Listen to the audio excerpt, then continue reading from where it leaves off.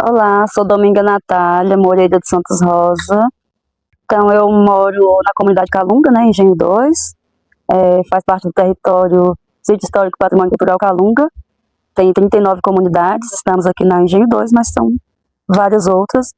Estamos distribuídos em 3 municípios, que é Cavalcante, Teresina e Monte Alegre. Estamos aqui em Cavalcante. Tem a área do Quilombo, ela é de 263 mil hectares. Uma luta aí de territorialidade, e temos em torno de 8 mil quilombolas dentro desse território. Sobre a história da comunidade, a gente sempre vê os mais velhos falando, sempre ouvi meu pai falando, né, que essas pessoas chegaram por aqui em busca de liberdade, em busca de refúgio, de vida, né, na verdade. E tudo indica que tem mais de 300 anos, pela lógica de que estamos aí na 5ª geração, mais ou menos. Teve pessoas que viveu mais de 120 anos dentro dessa comunidade, nasceu na comunidade, que os pais nasceram aqui também, e vivendo em relação com o cerrado, né? Produzindo, retirando o que tem no cerrado. A única coisa que não conseguia por aqui era o sal. Esse sal, as pessoas, era uma coisa muito valiosa que eles retornavam para buscar em Belém do Pará.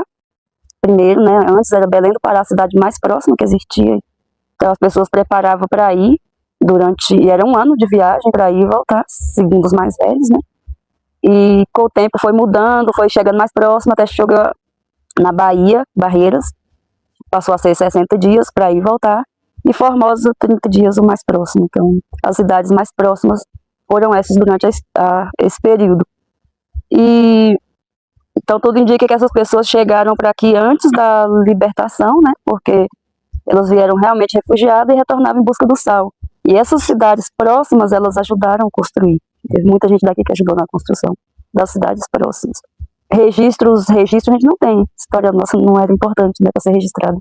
A gente sabe disso no longo da história. Mas as memórias não foram tão apagadas, né? Então tem registros memoriais das pessoas mais velhas. Então por aí que eu me baseio. Sempre ouvi meu pai, né, falando, que os pais dele falavam também, e isso foi passando. Meu avô também sempre falava. E registros de locais, de estruturas, não tem muitas. E ao mesmo tempo tem algumas de pedra, né? As que tem hoje, que é possível fazer algum estudo, ver data, essas coisas, a gente tem memórias de pedras. Então tem cercas de pedra, tem curral de pedra, tem muitos vestígios, né? E depois, com o tempo, tem também há relatos que tem em algum lugar, tem coisas indícios de que houve pessoas escravizadas também dentro do território, né? Depois a gente sabe que teve minas em Arraias, minas em Cavalcante, né? Mais próximo aqui. Mas a gente não sabe ao certo como isso se deu. Sabe uma coisa que é muito interessante? A gente se vê quando a gente não está no meio. Então a gente consegue se ver melhor quando a gente está fora. Mas eu consigo falar um pouco do que eu sei que é diferente de outras comunidades, que é o estilo cultural nosso do dia a dia. Tipo, teve muito convívio com as pessoas, tanto os indígenas quanto os avacanoeiros, que é os indígenas, avacanoeiros, os mais velhos também, né? Dos conhecimentos das plantas, dos cuidados uns com os outros, então, dos encontros, das práticas culturais, dos festejos, né? Então, por aí a gente consegue se reconhecer melhor, né?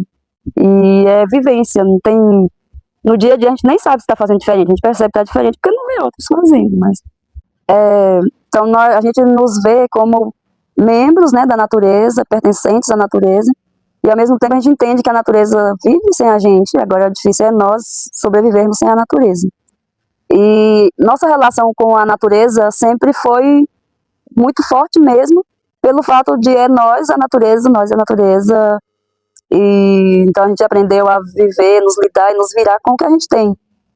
Depois chegou acesso, né, a muitas coisas, acesso a melhorias, e ao mesmo tempo essas melhorias que a gente vê, elas podem ser uma ameaça, e a gente sabe que é uma ameaça geral, né? Tem a preocupação com o território no fato de as pessoas sempre trabalhou com agricultura familiar, as pessoas sempre trabalhou com alguns poucos, né, mais rebanhos de bovinos, e isso vem aumentando, né, quando a pessoa tem acesso a outras coisas, querem ter essa questão de querer ser rico, essa riqueza de fora que eu estava falando. E tem coisas que no território não suportam o que lá fora suporta, né, nosso terreno. A gente está nesse terreno porque ele é um terreno que não importava para os demais, ele é um terreno que estava... Vocês veem que a geografia, hoje considerada linda, maravilhosa, mas ela nem sempre foi considerada linda, maravilhosa.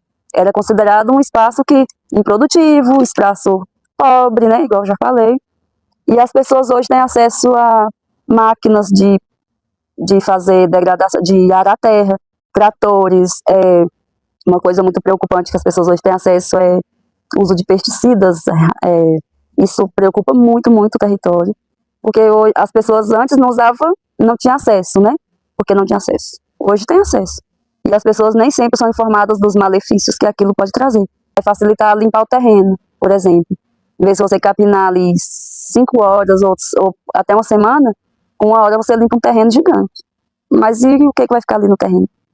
E o que vai acontecer com as flores? O que vai acontecer com com os viventes ali da terra? O que vai acontecer com as abelhas, com as polinizadoras? Então vem o benefício, que não é benefício, que a gente vai ter que lidar com isso. E mesmo assim eu digo na questão de, antigamente o povo via a criação de bovino como uma poupança. Então tinha uma dificuldade, vendia um bezerro, vendia uma vaca para um dinheiro rápido. E isso não mudou muito. Então as pessoas hoje têm acesso, por exemplo, ao Pronar, que é um recurso, e ele é específico para criatório de bovinos. E isso prejudica muito o cerrado. A gente sabe que eu sei que é um dos vilões dos incêndios florestais no cerrado. Criatório de bovinos, né? E como associação a gente tem buscado novas alternativas. Como exemplo, tem pessoas hoje, graças a Deus, trabalhando com a apicultura, né? Trabalhando com a agrofloresta, que é uma forma menos cansativa e ao mesmo tempo que valoriza aquele espaço que está ali. Mas até isso chegar a muitas pessoas demora. E o que mais...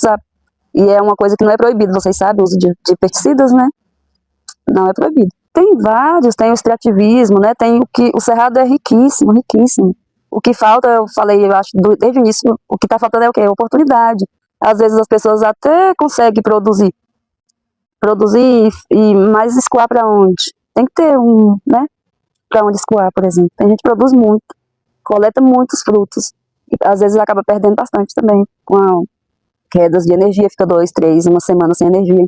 Então os produtores conseguem entregar hoje o que produz, desde o arroz, a batata, mandioca, inhame, bolos. Então tá sendo entregue bastante coisa. Tem a planta do território, né? A planta calunga, que é a planta que deu nome ao território quilombo calunga, por ser uma planta considerada bem forte, resistente também. Teve um período aí que tinha muito ataque da doença, meu pai fala malária, que na época era um outro nome, chamado cesão, maleta, algo assim.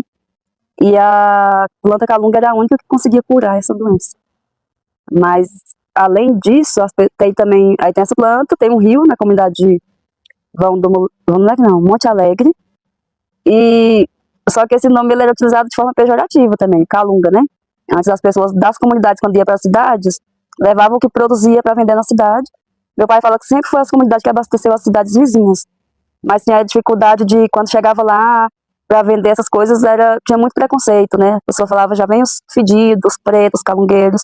Então tinha muito isso, porque levava nas costas ou no animal, e isso não era bem visto também. Por mais que comprava, que utilizava, mas era muito usado de forma pejorativa. A dança da Sussa, hoje, um pouco mais aflorada, assim, diferente e ao mesmo tempo mais forte. Eu falo mais forte por ter mais pessoas envolvidas, mas eu lembro de quando... A lembrança que eu tenho da gente na roça, a gente viveu, não foi sempre aqui, aglomerado, vivíamos longe uns dos outros. Eu lembro da gente na roça e estava sem chuva, por exemplo, e nossos pais, nossos irmãos, vizinhos reuniam ali no terreiro para tocar a Sussa, dançar a Sussa. Porque a Sussa ela é uma dança e ao mesmo tempo ela é um pedido de bênção, um agradecimento, de uma graça. Então é algo que não é simplesmente uma dança, é uma dança com fé, né? É algo que é utilizado como uma oferenda, tipo uma oferenda em busca em pedido de bênção, e sempre atendido, né? Então, A dança da Sussa, ela tem a história também, né? Minha mãe já ouvi contando, que ela tem uma história mais que foi feita para realmente também em agradecimento pela liberdade da escravidão, né? Que muitos tocam o batuque, outros é a Sussa. Aí envolve a caçada da rainha, que é uma história um pouco mais complexa, que é, falam que quando a princesa esteve grávida, o rei saiu e ela estava grávida e ela tinha muito medo de sentir dor no parto. E vendo o anseio das pessoas escravizadas tentando liberdade, ela fez uma promessa, né, que se ela tivesse um parto sem dor, que ela libertaria aquelas pessoas. E aí, segundo, eu já ouvi minha mãe falando que ela me ouviu de outras pessoas, que ela chegou a ter o parto, né, sem dor, e libertou os escravizados, só que o rei não estava. E quando ele ia chegar, ela se escondeu com medo da revolta dele, né? Então, por isso a festa Caçada da Rainha, quando encontrou ela, foi encontrada com danças, batuques e Sussa, né? De agradecimento. Eu já ouvi minha mãe contando essa história. E a gente utiliza ela em todos os festejos, todas as folias, e com certeza todas as festas que a gente faz é em agradecimento, né? Sempre é uma promessa, sempre é a busca de uma bênção, de uma cura. Então sempre tem a dança da Sussa também. A folia é um ato religioso, né? A gente fala da religiosidade nossa. E normalmente utiliza-se caixa, pandeiro, bandeira com a imagem do santo ou da santa. E aí quem fez a folia reúne os foliões, convida a comunidade para essa festividade. Pede apoio também às vezes, né? Com pousa, E aí reúne os foliões normalmente a partir de 8 ou mais foliões com esses instrumentos, e tem a colocação do mastro na bandeira, que é o primeiro dia, aí começa o giro nas casas, de casa em casa até chegar o dia do arremate. Durante esse giro, as pessoas, onde chega, normalmente as pessoas oferecem alguma coisa, e aí tem os pontos específicos, que vai ser o ponto de almoço, o ponto de jantar, que é ofertado também pela casa, e sempre tem o canto em agradecimento, né? Louvando aquela família, agradecendo pelo alimento, agradecendo pela prosperidade, que ela seja próxima nas plantações, todo mundo planta, roça, né? Então a gente quer ser visto como pessoas normais, né, que sempre lutou pela liberdade, uma liberdade que eu consigo falar, entre aspas, que sempre foi a regularização fundiária principal, que até hoje não se concretizou, né? Então, como você tem liberdade num ambiente que você não, todo dia chega alguém dizendo que é dono, e a gente sabendo que nossos antepassados viveram aqui há mais de 300 anos, então a gente quer ser visto como pessoas que lutam, que trabalham, que sabem fazer, sabem produzir, sabem ouvir, sabem acolher, sabem falar também. E que tem oportunidade, né? As pessoas do território sabem fazer as coisas, precisam de oportunidade também. E às vezes somos vistos como pessoas pobres. Não somos pobres. A gente é muito rico. A gente não tem oportunidade às vezes. A gente é um povo muito... Eu acredito que a gente acabou sendo pessoas, a gente considera casca grossa de tanto sofrer. Mas e ao mesmo tempo, cada um tem ali sua essência que não é tão grossa, que consegue acolher bem, que consegue lidar, por mais que está na dificuldade, né, consegue distinguir uma coisa da outra. Isso é muito importante. Tem uma loja, que é uma loja de produtos quilombolas. Essa loja tem mais de 100 famílias que colocam produtos ali para produtos, artesanatos, variedades mesmo. Então as pessoas hoje, muita gente, que é o turismo também, né, de forma mais indireta, vive dali também. Tem sua renda da lojinha. E ali tem talentos e talentos aflorados, mostrando, né? Desde planta do cerrado, artesanato, tudo. É um território gigantesco, tem suas divergências, não tem como, mas a gente luta pelo bem comum. E eu falo isso com propriedade por fazer parte da associação. E eu sei que com a dificuldade da gente chegar no território, que é muito difícil ainda chegar no território hoje, em todas as comunidades, a gente tem pessoas que ficam longe das informações, né? Então fica chegando informações contrárias, achando que está colocando um povo contra o outro. Isso é muito triste para a organização territorial, né? Por mais que a gente nos desdobra, e aí tem pessoas que colocam coisas diferentes nesse meio, né? Acha que uns está sendo beneficiado, outros não, pela facilidade, que a gente tem direitos, né? Só que a gente não é visto com esses direitos que eu falo assim, não somos coitados. A gente tem direito de social igual a todos os outros. A gente tem direito a ter estrada, a gente tem direito a ter escola, energia, água encanada. Mas, infelizmente, esses direitos não chegam pra gente da mesma forma que chega pros outros. Então, isso nos deixa refém, às vezes, de uma tal pobreza aí, que é Tem pessoas que falam assim, a gente sempre viveu, né, da força, da fé e da união, porque por muito tempo a gente foi meio que abandonado mesmo, excluído, deixado de lado. E eu não digo para vocês, a comunidade do Engenho 2 hoje tem um destaque, um diferencial devido ao turismo. O turismo melhorou muito a nossa situação, nossas vidas, como território também em geral, né? Só que precisa de muito apoio. O município é gigantesco, gigantesco, e quem entra na prefeitura sempre sofre, porque é um dos municípios que tem mais comunidades espalhadas, e o recurso normalmente não sei se como que é essa medida do IBGE, que é de acordo com o IBGE, mas não mede a distância de uma casa para outra, né? Como vai ter pavimentação até as casas, como vai chegar. Então essas coisas eu acho que não são vistas ainda. Olha, o turismo, na época, quando foi visto como uma chave de virada mesmo, uma virada de chave, e que na época foi chamado os representantes dos 3 municípios do território, mas aí todo mundo fica com medo, né? Pessoas diferentes, pessoas de fora, como assim essas pessoas chegarem em nossas casas. Então as pessoas não viam isso muito bem, tinha medo. E ao mesmo tempo foi uma das pessoas que eu falo que admiro muito, é o Cirilo, meu pai, por ele ter essa visão. Assim, gente, mas se a gente não buscar outra alternativa, o governo não está dando conta de nos ajudar. A gente vai começar a precisar ter nossas alternativas. E o turismo foi visto como essa porta, né? E, por enquanto, nessa comunidade tem dado muito certo, assim, tem ajudado muito a nos fortalecer como pessoas, como humanos, e nos fortalecer também como sociedade, como associação. Então, antes, quando a gente estava migrando para a cidade, hoje nossos irmãos voltam para a comunidade. E isso ainda está acontecendo nas demais comunidades, né? Porque ainda não tem ainda uma coisa forte de que consiga ter emprego e renda ali dentro. A escolaridade está chegando agora. Então, está chegando geral, mas em passos muito lentos ainda. E isso prejudica a comunidade, porque ficam os idosos e as crianças. Às vezes os pais vão para a cidade em busca de melhoria, e aí fica muito crianças e idosos nas comunidades. Chapada dos Veadeiros, tal, a pessoa vinha para conhecer Santa Bárbara e tinha um choque gigantesco, porque chegava num quilombo. Não é só uma cachoeira, antes da cachoeira tem um quilombo aqui também. Antes de chegar na cachoeira, chega num quilombo. Então tinha esse choque de realidade, e um maior ainda que um turismo gerenciado pela comunidade. Então a gente via muito preconceito nos olhos, a gente via muita, tipo assim, como assim você vai me atender, como assim eu tenho que te ouvir. Então tinha muito embate, mas a gente foi forte, nos uniu, né? Que foi uma das prioridades quando meu pai foi chamado para ver se a gente queria abrir as portas para o turismo. Ele falou que se fosse aquele turismo coordenado pela comunidade, ok, senão que não era bem-vindo. Então foi aí que começou com essa gestão totalmente comunitária. Assim.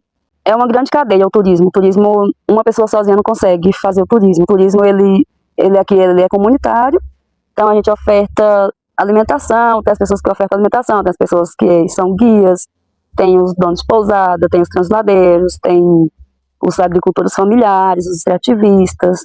Então é uma grande cadeia que todo mundo é contemplado. A associação comunitária, são com 12 membros, né? E é uma associação sem fins lucrativos. Ela foi feita para cuidar da comunidade, amparar a comunidade, com o objetivo de ouvir também os desejos e anseios da comunidade para que todos andem juntos, a principal forma, e ao mesmo tempo trabalhar o turismo também. E como é feita a gestão? A gestão ela é feita de forma coletiva. Então, sempre que vai fazer algo, é feita uma assembleia no barraco comunitário, é feita uma assembleia, as pessoas decidem, a gente leva, lógico, algumas ideias e as pessoas trazem outras, e é votado ali o que é para ser feito, primeiro, segundo, terceiro. Então é feito de forma coletiva mesmo. E tem as prestações de conta, né? Tudo isso, ninguém paga mensalidade para a associação, é feita a gestão com recursos do turismo, que entra das entradas, aí tem o recurso do turismo, ele é 15% a gente é mandado para a associação do território, que é a mãe do município, os demais utilizados aqui na gestão do turismo na comunidade, né? Tem depois que paga os funcionários, que são 14 funcionários para manter essa engrenagem funcionando, atende na saúde, atende na educação e atende também na cultura. Então todos os festejos hoje nessa comunidade é de apoio da associação, apoio não, feito pela associação mesmo. Se tem alguém com dificuldade de saúde é quilombo inteiro, muita gente, todo o território, não só a comunidade. Educação também, todo o território quando é solicitado. Aí além do que é passado para a Associação Mãe, né? Então tem ajudado muito, inclusive mostrou pessoas, talentos, né? Pessoas, igual eu falei, a gente precisa de oportunidades. Então nossos jovens que na escola começou a participar dos jogos estudantis, começou a participar dos atletismo, e teve muito destaque, viu? Teve pessoas, inclusive a Célia, minha filha, muito orgulho de falar, né? Ela passou várias vezes como velocista de explosão, tanto interno aqui em Goiás, chegou a representar lá no... Quase que ela ficou em segundo lugar para representar o Brasil na França, né? Isso aqui dentro da comunidade. Então a gente precisa de quê? Oportunidade, que talento tem em todas as áreas. Então, o que a gente mais gasta, eu tenho consciência, é com saúde. Normalmente cirurgia de emergência, velório, essas coisas. Então, independente de onde é as pessoas do território, sempre a gente sempre é procurado e sempre é ajudado. Assim. O maior desafio hoje continua sendo a regularização fundiária. Continua sendo. Dentre esses aí vem outros desafios, né? Vem esses desafios que eu falo que é de acessibilidade para todos, né? As pessoas terem acesso. Quando eu falo isso, aqui hoje tem água encanada, tem internet, tudo da associação que fez. Recurso do turismo, não foi nenhum governo que fez. A gente tem a luz para todos, esse foi. A gente funciona o posto de saúde, com apoio da associação, tudo é com apoio da associação. Para arrumar a estrada é a associação, tudo.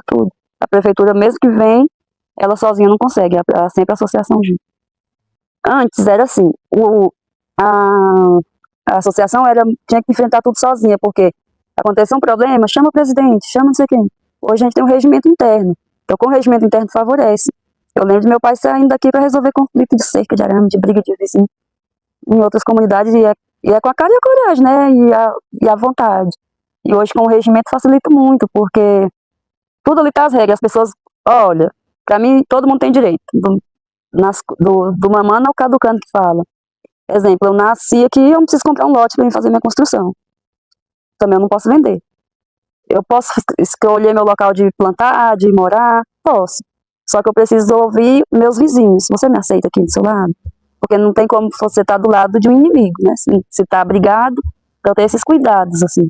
A questão de priorizar, né? Tipo, a Assembleia que decidiu quanto por cento vai ser encaminhado para cada associação, quanto por cento vai para a saúde, quanto por cento vai para a educação. Em que horas a gente pode resolver alguma coisa sem uma assembleia? Normalmente nas emergências, né? Hoje, o que nos facilita muito é a questão de a gente estar com tudo online. Tudo, não entra R$1, não sai R$1 sem ser pela venda online. Então, facilita muito. A prestação de conta, gestão, de onde veio, para onde saiu. Então, hoje, com a força, né, com a união que vê que tem o povo quilombo Calunga, todo mundo quer ser um pouquinho Calunga. O que eu sempre falo é, nunca esqueça de onde veio e que o mundo é livre para todos, né? A gente pode voar, fazer e ser o que quiser. Mas a gente tem sempre de lembrar de onde a gente veio. Nossas origens, raízes, precisam ser lembradas e respeitadas. É um pouco disso.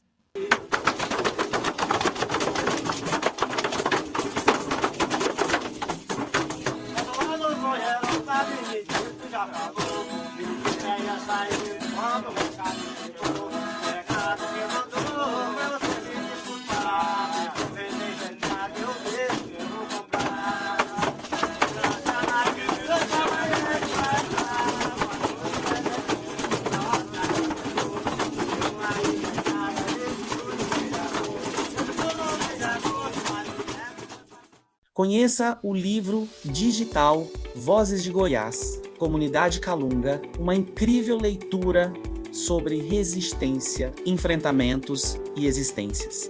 Ele foi pensado e criado na escuta de vozes calungas e dividido em 3 partes: dimensão histórica, dimensão contemporânea e dimensão cultural. No capítulo Resistência, compreenderá a dimensão histórica, como tudo começou. De onde vieram essas pessoas? O que significa o nome Calunga? Aqui você descobre mais de 300 anos de luta pela liberdade, conectando o passado e presente e mostrando a coragem de preservar identidade, terra e dignidade. No capítulo Enfrentamento, conhecerá a dimensão contemporânea. Quais são as lutas de hoje? Como é viver defendendo seu território todos os dias? você vai conhecer os desafios atuais, desde proteger a terra até manter tradições sob pressão. No capítulo Existências, você se encantará com a dimensão cultural. Como é a vida na comunidade? Quais são as festas, as danças, os saberes que passam de avô para netas e netos? Encante-se com a riqueza cultural do povo Kalunga, onde rituais, linguagem, músicas e saberes tradicionais se misturam com a vida diária. Além dos 3 capítulos, você terá um rico glossário aprendendo o sentido de palavras importantes para compreender a formação dos quilombos. Tem ainda registros fotográficos da comunidade e, para você, professora e professor, um link para uma série de mini documentários na sua sala de aula. E para você, docente do ensino fundamental, este livro se desdobra em uma proposta pedagógica organizada a partir da sequência didática Serradeira. Quer conhecer mais? Acesse o livro digital Vozes de Goiás, Comunidade Kalunga e descubra as vozes que atravessam tempo e vida. Tenho certeza que você se encantará.